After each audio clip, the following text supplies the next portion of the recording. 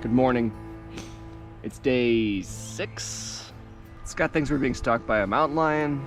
Scott and Zach think we're being stalked. And Zach. Yeah. Let's paint an accurate picture here. We did see some eyes last night, and we were trying to scare it away. It's not phased. It was not phased by anything, and I was getting really tired, so I'm like, you know what? At this point, If I die, I die. Scott, what was the best part of yesterday? Just hanging out at the lake. It's amazing over here. Zach, what was the best part of yesterday? I think teaching this 13-year-old kid photography. I talked to this 13-year-old about birds. He was a photographer. He's a birder, and now getting into photography. And I talked to him about birding for like 2 hours. What was the worst part of yesterday? Feeling like a large cat was planning its execution of us. It's never like super fun. Zach, what was the worst part of yesterday? Oh, that part. It made it pretty hard to sleep. I just shit my pants. This sucks.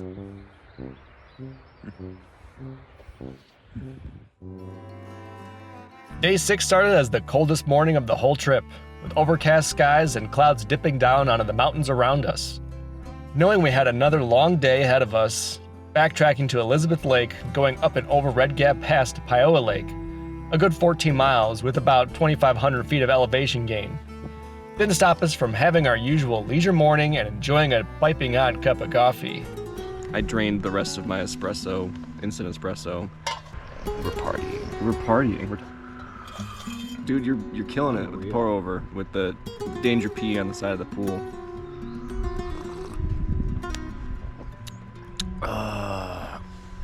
Why does that hit so hard?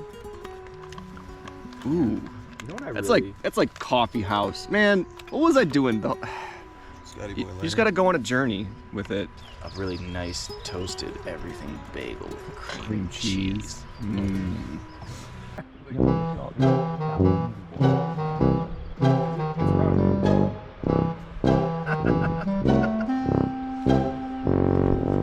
Jessica got this dark chocolate pink Himalayan salt caffeine energy bar.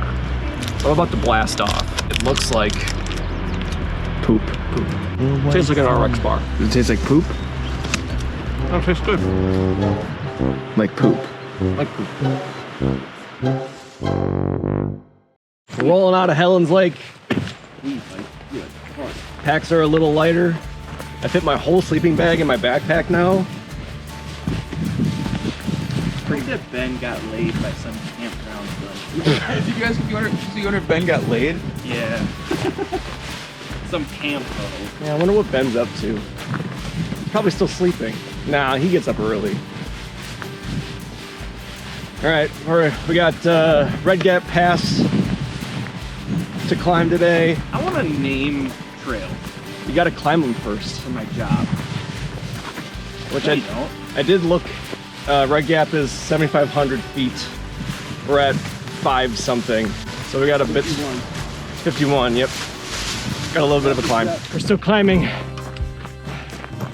up to Red Gap Pass. We've gained a lot of elevation. The air is getting thin. How you guys feeling? The opportunities for water were surprisingly sparse between Elizabeth Lake and Red Gap Pass. We did find a small trickle of water coming down from some of the rocks, where we stopped and had a snack. This is also where I realized I had a tick on my leg.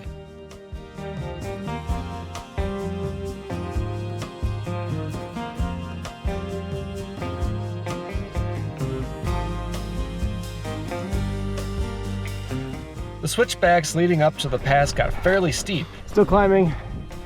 I think the pass is up here. Somewhere. So we got some kind of a climb ahead of us. A lot of heavy breathing.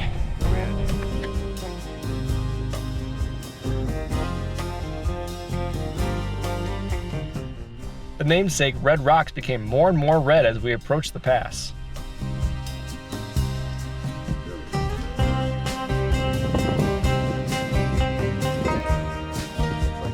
It's always fun to look down on the switchbacks to see how high and how far you've come.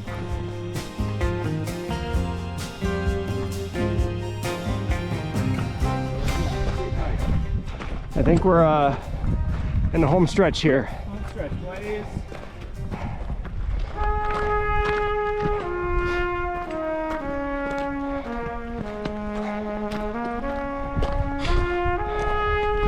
Oh, I reckon this is the top. Once finally at the top, we took some time to have lunch That's great, guys.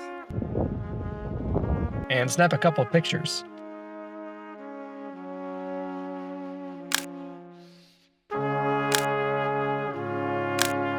We had to pass all of ourselves the entire time. We made it to Red Gap Pass. The rest of the day was a pretty easy descent down to Poia Lake. Last campsite.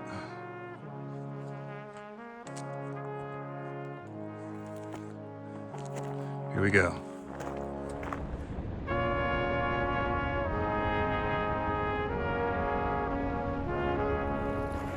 By the time we had got to our campsite, the sun had already ducked down behind the mountains. It started getting cold fast. Hoping to wash the stink of the day off, we took advantage of the remaining daylight to jump in what felt like the coldest lake of the trip. That's one of the coldest ones we've been in. Yeah, for sure.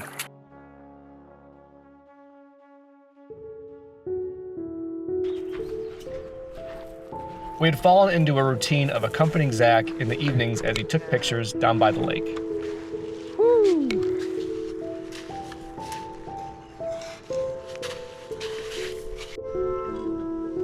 Well, we made it to camp, and we're cooking dinner. Scott, what are you cooking?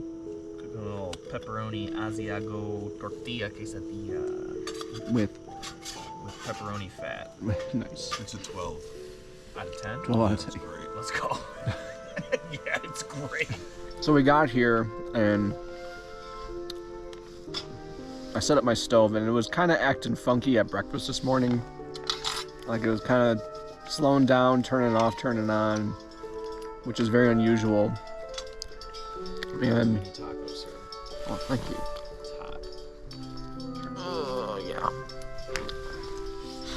And I go to turn it on, and it just doesn't.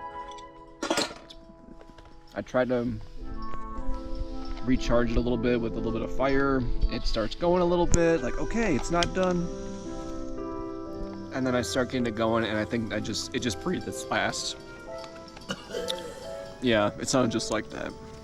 So I'm pretty bummed that the BioLite's dead. But Zach's let me borrow his pocket rocket, and it boils water really fast. That is good.